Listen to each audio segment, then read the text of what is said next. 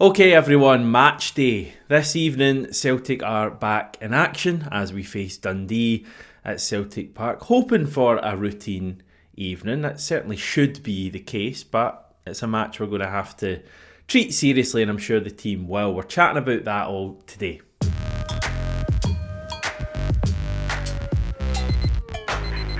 We had Brendan Rodgers' press conference yesterday, so let's just take a look at what we learned from that. And yeah, he was asked a number of questions. The press conference opened with an injury update. Rodgers gave an update on Idah. He said he's got a wee bit more movement in it these last couple of days.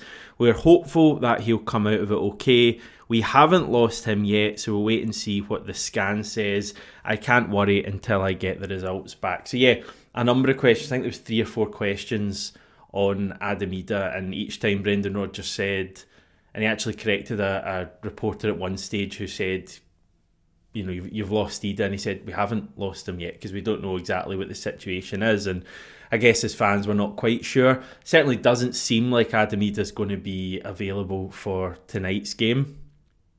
I think more so just looking ahead to Aberdeen at the weekend, Leipzig next midweek, and obviously Killie away after that as well, a game where he played so well at the tail end of last season at Rugby Park. These are big games coming up, and it would just be a real disappointment, I think, if Idah was to miss these games because of such a bad, needless challenge late on in that game from Liam Gordon.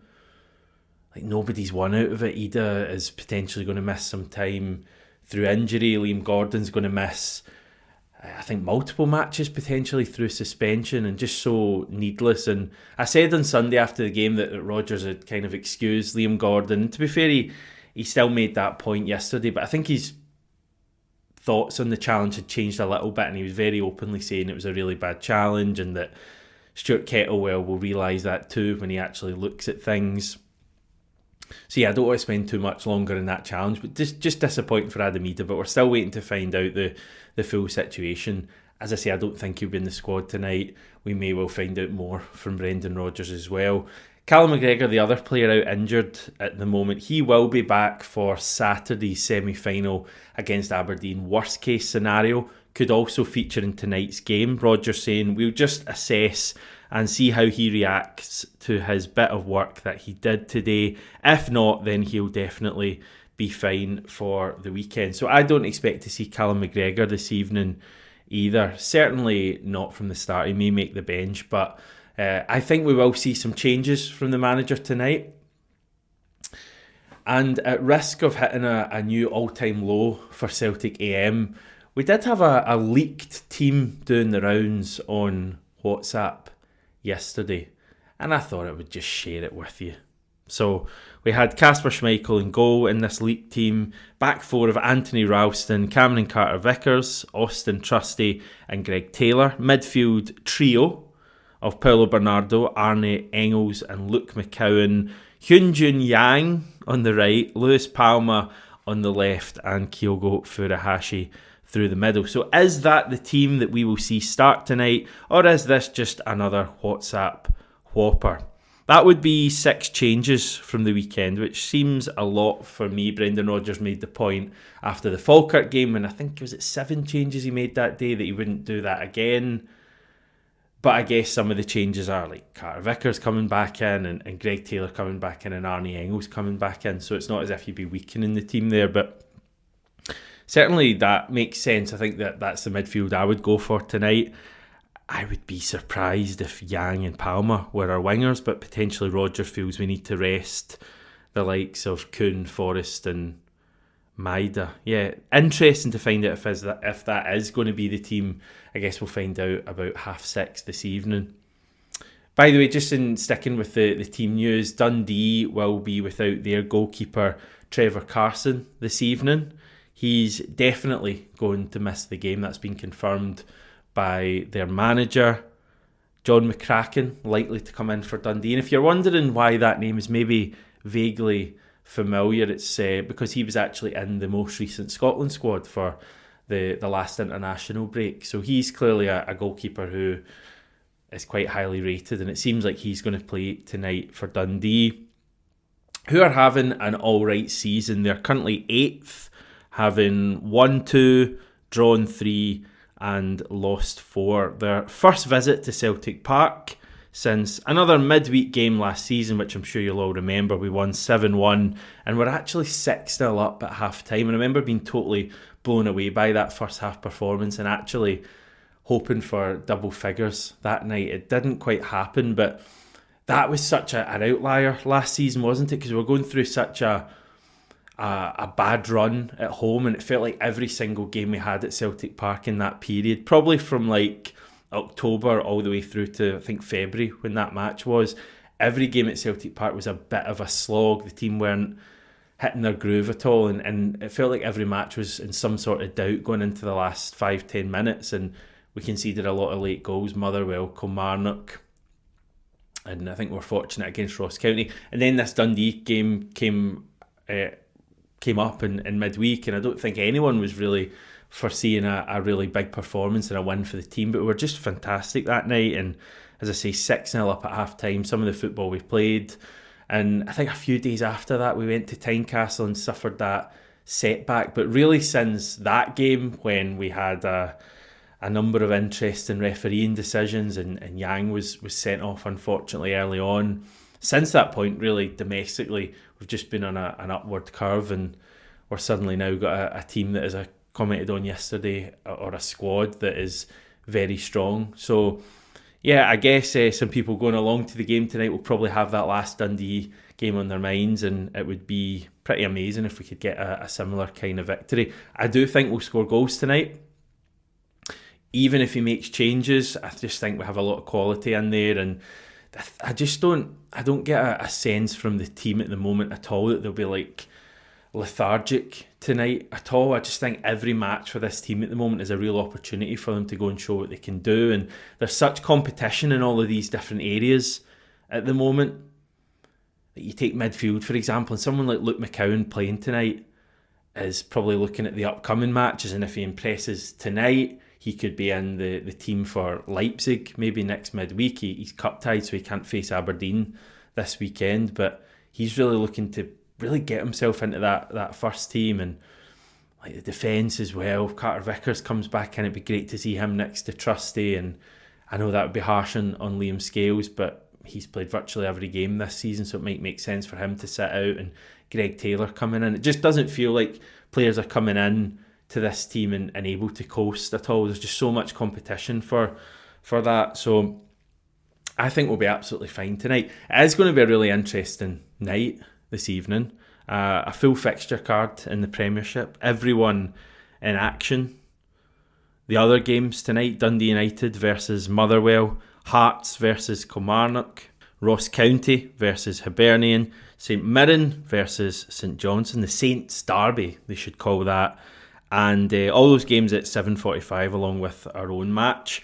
And at the bottom there, Aberdeen versus Rangers, 8 p.m. live on Sky Sports. So that is, if we're honest, the headline fixture tonight. And yeah, hopefully Rangers can do us a favour and take some points off our title rivals Aberdeen. I'm sure everyone at Celtic Park will be thinking, come on Rangers.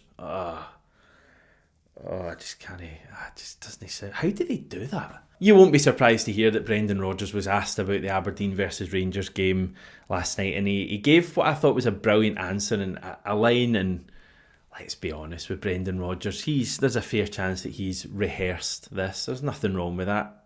Ange Postecoglou would have been the same.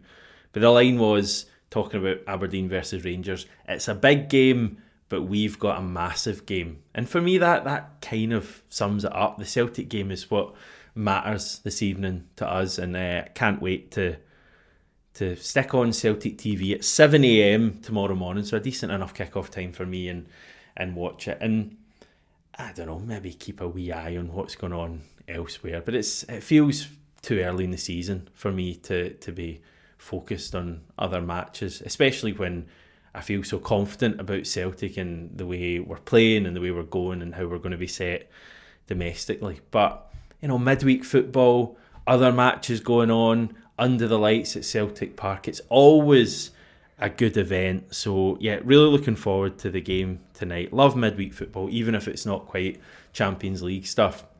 Another interesting part of tonight's game, well, maybe it's not interesting to you.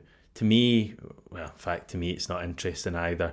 New referee in name. We've got Ross Hardy, who will be in charge of the game. His first at Celtic Park, also his first Celtic match all in. So he'll be the man in the middle tonight, assisted by Graham Stewart and Paul McAvenue. VAR will be Matthew McDermott, assistant VAR Andrew McWilliam. So I'm sure the referee will get a very warm welcome. And yeah, that's tonight. For me, it's just about going out there and really putting in a good performance. As I say, I think we will, and I think we'll score some goals, and really just setting ourselves up for the two really big games coming up over the next week. Aberdeen on Saturday is going to be a huge game. Really tough task for us at Hampden, but a match I think the team will really be up for, and obviously Leipzig after that will take care of itself, I guess, to an extent. But tonight's the one where you really want to see a good attitude from the team and go out. And I always think home games at Celtic Park, season ticket holders have paid that money. It's really important to entertain them at every opportunity. And as Brendan Rodgers would say, what is it he says again? Paradise is our home, or something like that.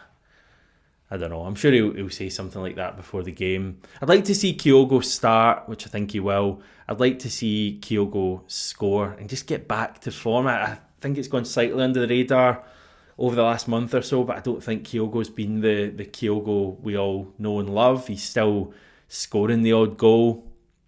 He's still contributing, but he's not quite that high-flying Kyogo. And I thought he was poor on Sunday. So another opportunity for him tonight as well.